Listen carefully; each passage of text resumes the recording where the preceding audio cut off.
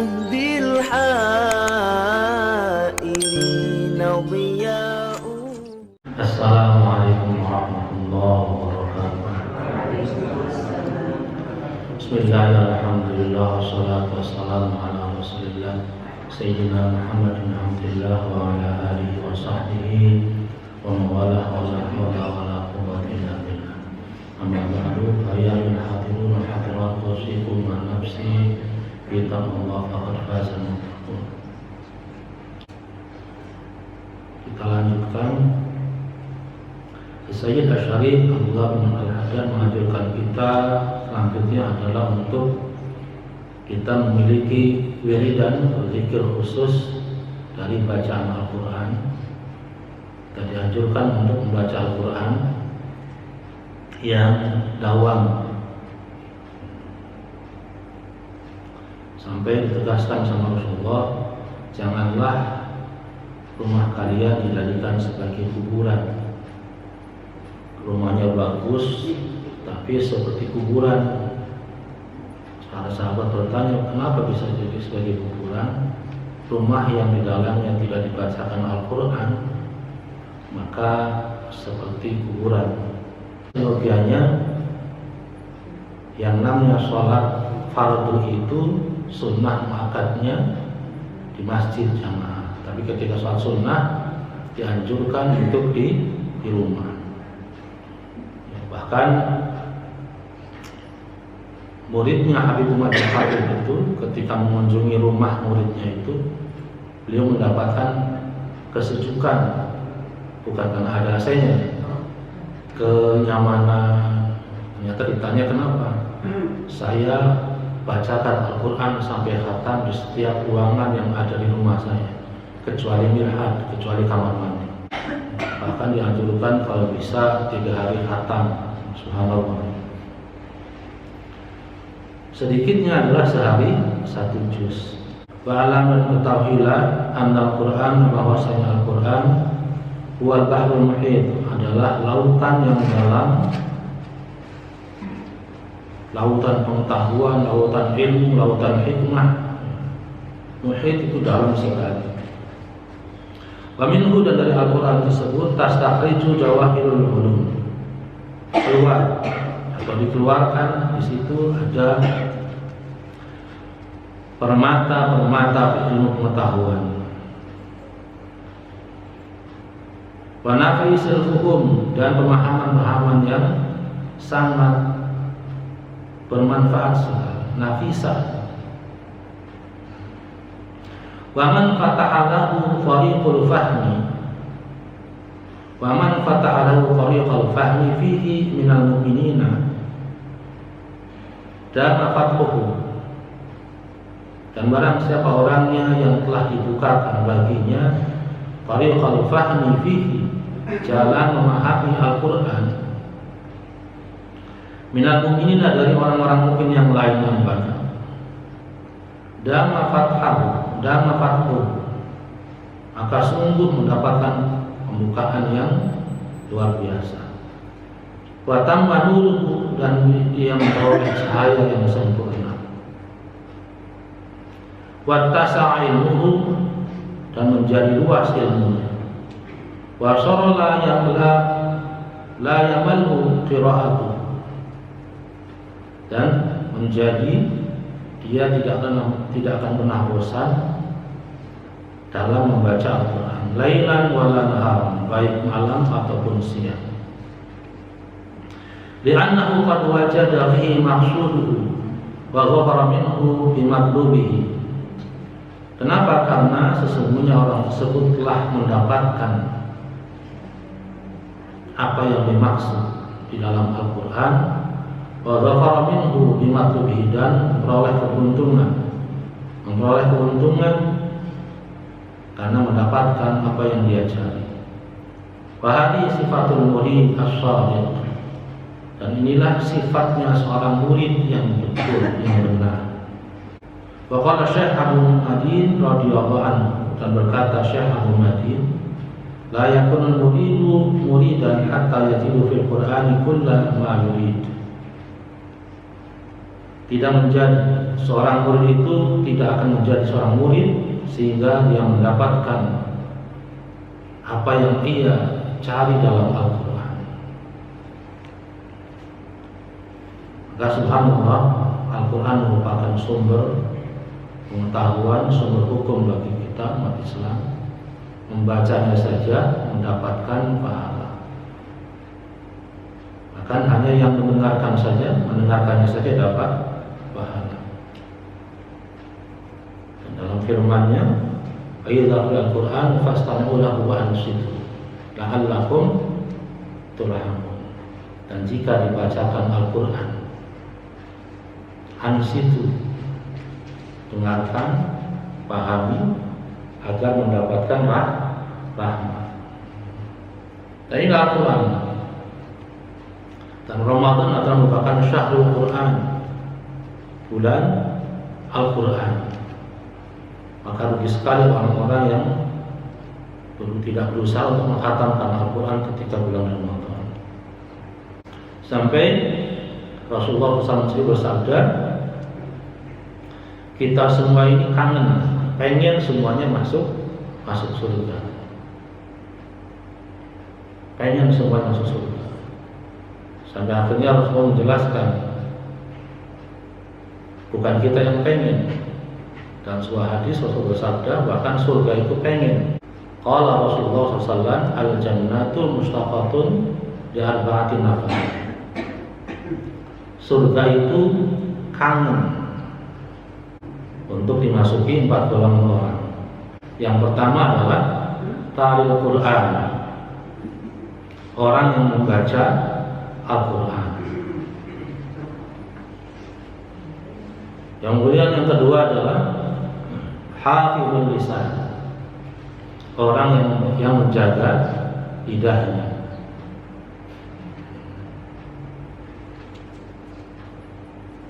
Kemudian yang ketiga adalah wa'amul jihad. Golongan ketiga yang dikangeni sama surga adalah orang-orang yang wa'amul jihad, yang memberi makan orang yang lapar. Yang terakhir adalah siyam syahr Ramadan, orang yang berpuasa pada bulan Ramadan. Bahkan subhanallah, dengan hadis tersebut, kita ini dalam bulan Ramadan ini Allah jadikan orang-orang yang dikangeni sama surga. Pertama, talil Quran. Kita tiap bulan puasa, tiap bulan Ramadan pasti berlomba-lomba untuk menghatamkan Al-Quran, selalu membaca Al-Quran. Yang biasanya nyari waktu luang, kita malah menjadikan waktunya semuanya untuk talil Quran, membaca Al-Quran. Yang kedua, hafizul lisan, orang yang menjaga lidahnya. Puasa batal kalau makan dan minum dan lain-lainnya. Tapi ketika kita puasa, kemungkinan saja puasanya nggak batal, tapi pahalanya batal ketika kita berbicara yang tidak baik, berbohong. Kira-kira berbohong puasanya batal nggak? Nggak batal puasanya, tapi pahalanya. Kemudian menahan marah, menahan emosi ketika puasa. Nah, ketika ada orang yang meledek, yang ngajak ribut, fakul inni shaim, katakan saya sedang puasa, saya lagi puasa. Maka bukan hanya menahan nggak makan nggak minum, tapi juga menahan tidak marah, menahan untuk berkata-kata kotor, menahan untuk akhirnya mengapa hafizul lisan, akhirnya menjaga lidah, tidak ngomong sembarangan atau tidak mengatakan perkataan yang tidak bermanfaat. Yang kemudian ketiga adalah if'amul jihad, orang yang memberi makan orang yang lapar. Kita pada bulan puasa diberikan jadwal, bahkan dibuatkan jadwal untuk apa? Memberikan iftar takjil, sama saja dengan memberikan orang yang beri makan orang yang lapar. Termasuk dalamnya. Ditambah terakhir adalah yang keempat, orang yang berpuasa pada bulan Ramadan. Itulah golongan orang-orang yang dirindukan oleh surga. Wa 'alaika bil muhafazati 'ala qira'ati suwari wal ayati allati warada al-hadd fi sunnah 'alaiha fi ba'd al-awqat. Wa 'alaika bil muhafazati, dan hendaknya kamu bin muhafazati menjaga ala qira'ati suwari wal ayat, menjaga dalam membaca surat-surat dan ayat-ayat Al-Quran allati yang warada al-haqqu fi sunnati alaiha, yang disebutkan dalam hadis dan disarankan untuk membacanya fi ba'dil awqat, pada waktu-waktu tertentu. Amin dzalika, dan dari surat-surat atau ayat-ayat yang disebutkan oleh sunnah, oleh hadis untuk dibaca pada waktu-waktu tertentu adalah antaqra'a kulla lailatin alif lam mim as-sajdah. Hendaknya engkau membaca setiap malam surat as-sajdah, alif lam mim as-sajdah. Wa tabaraka al-mulk, dan surat tabarak atau surat al-mulk. Wa surat al-waqi'ah, dan surat waqi'ah. Wa amana rasulu ila akhir suwari, dan ayat terakhir daripada dua ayat terakhir daripada surat Al-Baqarah. Jadi selain dianjurkan oleh Sayyid untuk mendawamkan membaca Al-Quran setiap hari, membaca surat-surat atau ayat-ayat pilihan yang dianjurkan oleh Rasulullah SAW. Walaupun hadisnya itu juga ada hadisnya dhaif atau lemah, itu boleh diamalkan untuk fadhilatul amal, untuk tambahan keutamaan amal. Itu buat keutamaan amal kita sendiri. Bagi yang nggak membaca ya sudah. Dalam kitab Solah hadis dhaif itu boleh diamalkan untuk keutamaan ibadah, keutamaan menambah amalan-amalan. Tapi bukan untuk berdebat, bukan untuk menjadikan hujjah. Maka di sini disuguhkan oleh Sayyid untuk kita juga menjaga membaca surat-surat dan ayat-ayat pilihan dalam waktu-waktu yang sudah ditentukan. Contoh surat Tabarak, sebelum tidur baca surat Tabarak, kemudian surat Alif Lam Mim Sajdah dalam contoh ini, kemudian baca surat Waqi'ah, biasanya habis subuh baca surat Waqi'ah. Setelah kita ngaji Al-Quran yang sehari 1 juz, habis subuh ditambah dengan surat Waqi'ah, kemudian surat Ar-Rahman dan ayat-ayat pilihan. Ini anjurannya seperti itu sampai dua ayat terakhir surat Al-Baqarah. Wa amana rasul ila akhir surah wa surat Dukhan Lailatul Itsnain wal Jum'ah, dan membaca surat Dukhan pada malam Senin dan malam Jumat. Wal Jum'atu wa suratul Kahfi yaumul Jum'ah wa Lailatul. Malam Senin baca surat Dukhan dan malam Jumat. Kemudian baca surat Al-Kahfi pada hari Jumat dan pada malamnya. Wa in amkanaka an taqra'a suratul Munjiyat asar kulla lailatin. Dan jika memungkinkan engkau membaca surat-surat Munjiyat Asab yang 7 kulla lailatin, setiap malam. Fadzalika min al-fadhailil 'azimah,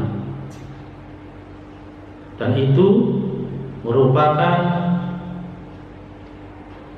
memiliki atau sebagian daripada fadhail 'azimah,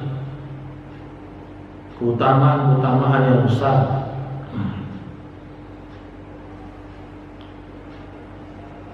Wa min dzalika, dan dari surat-surat unjiat yang 7 itu, antaqra'a ila asbahta, hendaknya engkau baca jika pada pagi hari, wa idza amsayta, dan pada sore hari.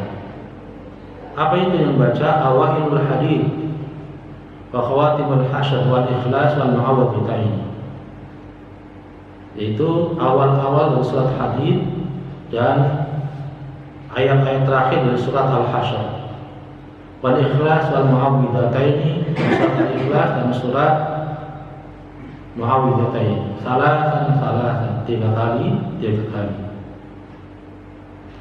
Wakadzalika, dan begitu juga taqra'ul al-ikhlas wal mu'awwidhatain 'inda naum, dan begitu juga engkau hendaknya membaca surat Al-Ikhlas dan mu'awwidhataini 'inda naumi, ketika mau tidur, ayatil kursi, beserta ayat kursi, wa qul ya ayyuhal kafirun, dan qul ya ayyuhal kafirun, waj'alha akhira ma taqulu, dan jadikanlah ayat-ayat tadi yang dibaca adalah terakhir apa yang kau ucapkan ketika mau tidur.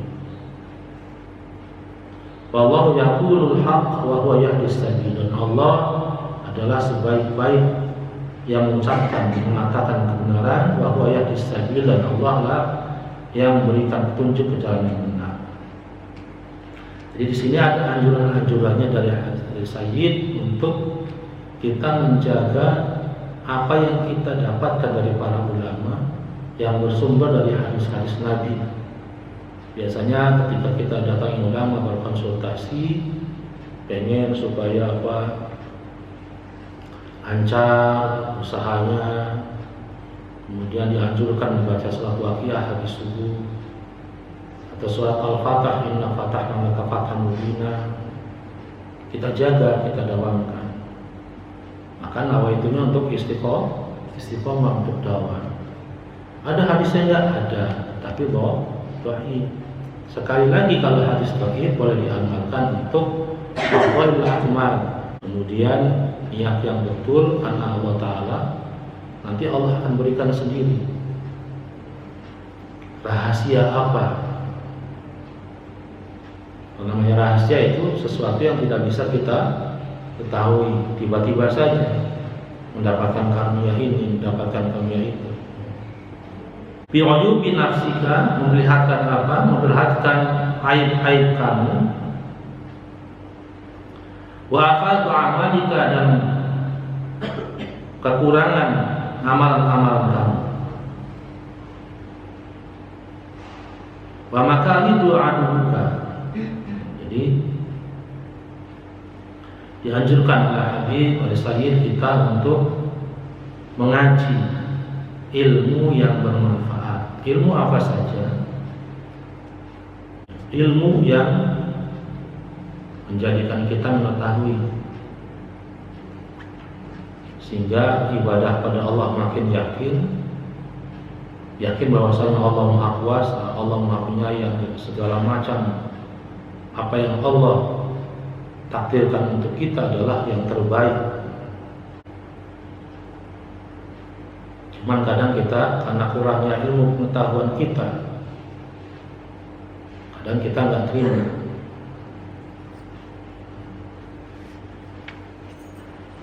Pernah kita jelaskan bahwasanya ada kejadian Nabi Adam diusir dari surga dengan kejadian iblis diusir dari surga. Sama-sama mereka berdua adalah melakukan pelanggaran. Cuman pelanggaran yang dilakukan makhluk Allah yang dua ini beda sekali. Kalau iblis diusir dari surga melakukan pelanggaran yang luar biasa, karena tidak taat dengan perintah Allah SWT, mutakabbiran, sombong di hadapan Allah yang Maha Perkasa, sombong. Maka Allah usir, bahkan hanya bukan diusir tapi dilaknat. Tapi Nabi Adam ketika diusir sama Allah, melakukan pelanggaran iya. Tapi pelanggaran yang ia lakukan itu bukan karena apa? Bukan karena sombong. Karena tergoda, tertipu sama iblis. Diriwayatkan bahwasanya ketika iblis diusir, kemudian Nabi Adam di surga itu, dan iblis ini puasa 300 tahun. Iblis puasa 300 tahun supaya bisa naik ke surga lagi untuk menggoda Nabi Adam. Setelah puasa 300 tahun, naik ketemu Nabi Adam, digoda supaya melanggar perintah Allah, supaya makan buah khuldi. Nabi Adam tahu, kan sudah dikasih tahu, jangan wala taqraba hadhihi syajarata fatakuna minadh dhalimin. Perintah Allah gitu, larangan Allah gitu. Hai kalian berdua, jangan dekati pohon ini. Dekati aja nggak boleh. Fatakuna minadh dhalimin, maka kalian berdua akan menjadi orang yang zalim. Datanglah iblis. Dia merayu, mengganggu, menggoda, kasih tahu, Nabi Adam, mau nggak hal adullukum ala mulkin la yabla? Kata iblis, mau nggak kalian berdua saya tunjukkan kekuasaan atau kerajaan atau keabadian yang nggak bakal sirna? Kata iblis kepada Nabi Adam mesti apa? Tuh makan buah khuldi. Ada enggak? Itu nggak boleh. Itu nggak boleh. Allah larang. Sampai nangis-nangis iblis itu mulai. Sampai akhirnya bersumpah demi Allah. Ketika mengucapkan kata-kata demi Allah, Nabi Adam karena mendengar nama Allah, bersumpah demi nama Allah. Maka Nabi Adam mulai.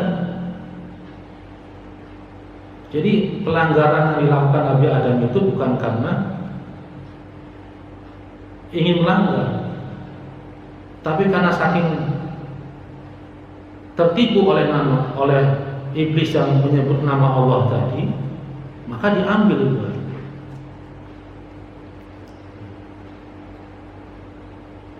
Akhirnya tergoda karena iblis menyebut nama Allah. Yang nama Allah tersebut bagi Nabi Adam nama yang luar biasa, yang Nabi Adam hormati, yang Nabi Adam sembah. Maka beda sekali ini.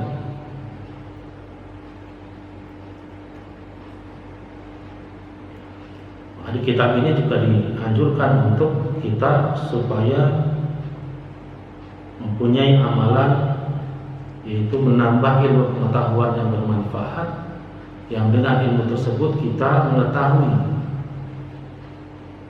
bagaimana kebesaran Allah, bagaimana kemahabesaran Allah, mengetahui hikmah-hikmah. Kemudian dengan ilmu tersebut kita mengetahui bagaimana Allah memerintahkan kita,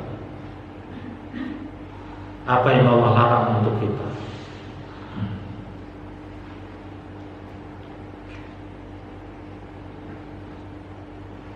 Dengan ilmu tersebut kita mengetahui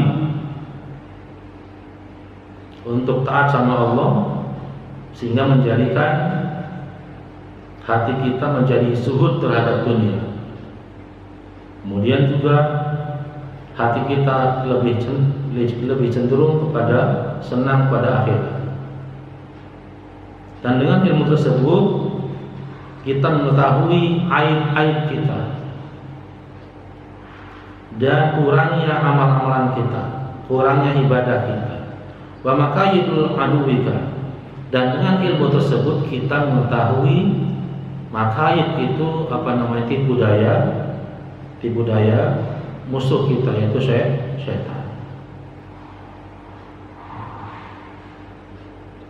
Wa hadzal ilmu tsabitun fil kitab wa sunnah, dan ilmu tersebut itu terdapat dalam kitab Al-Qur'an was sunnah dan hadis-hadis Nabi, wa kutubil a'immati dan kitab-kitab para imam, para ulama. Wa qad jama'ahu al-Imam al-Ghazali fi kutubihi al-'azimah.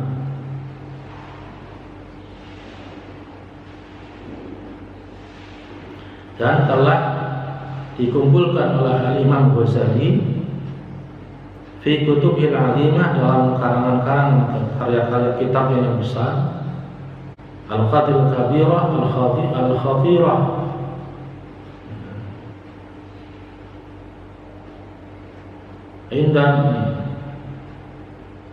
indaman lahu basirah fid dini wa rusukhun fil ilmi wa kamalun fil yaqini.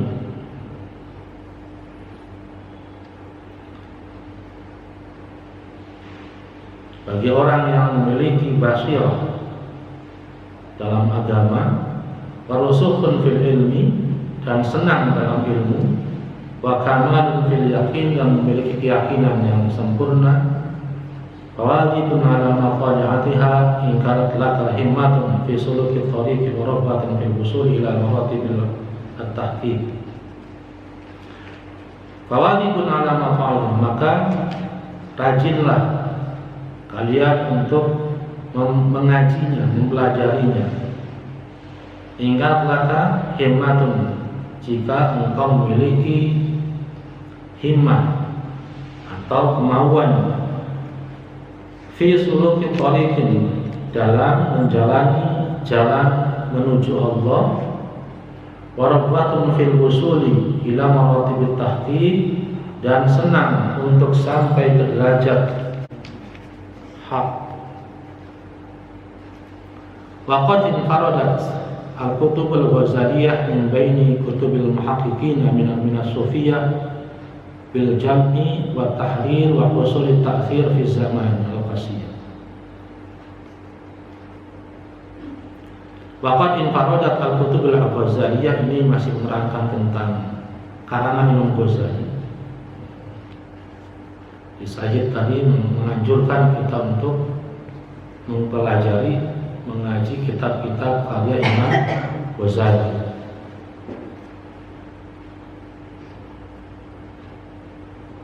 Dan sungguh kitab-kitab Imam Ghazali itu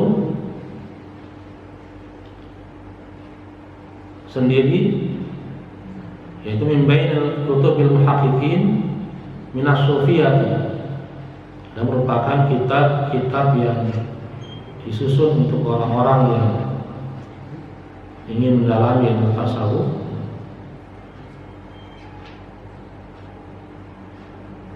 yang disusun pada waktu yang fi zamanil qasir, pada zaman waktu yang pendek. Wa 'alaika, dan kamu juga harus bil aktsari min qiraati kutubil hadis wa tafsir, harus banyak-banyak membaca kitab-kitab hadis dan tafsir. Wa min muqala'ati kutubil qawmi amatan, dan juga menelaah, muqala'ah, mengaji kitab-kitab kaum yang umum. Fa inna dzalika fathu amin wasulukin tami, karena itu semua merupakan membuka wasulukin tami, dan jalan yang sempurna. Jadi ini anjuran-anjuran kita untuk setelah membaca Quran dengan istiqomah, kemudian ditambah dengan menjaga bacaan-bacaan surat-surat pilihan dan ayat-ayat pilihan. Kemudian dianjurkan untuk mengaji kitab-kitab, diantaranya dianjurkan kitab-kitab karya Imam Ghazali. Mari kita akhiri dengan membaca doa kafaratul majlis. Subhanakallahumma bihamdika asyhadu an la ilaha illa anta astaghfiruka wa atubu ilaik. Wassalamualaikum warahmatullahi wabarakatuh.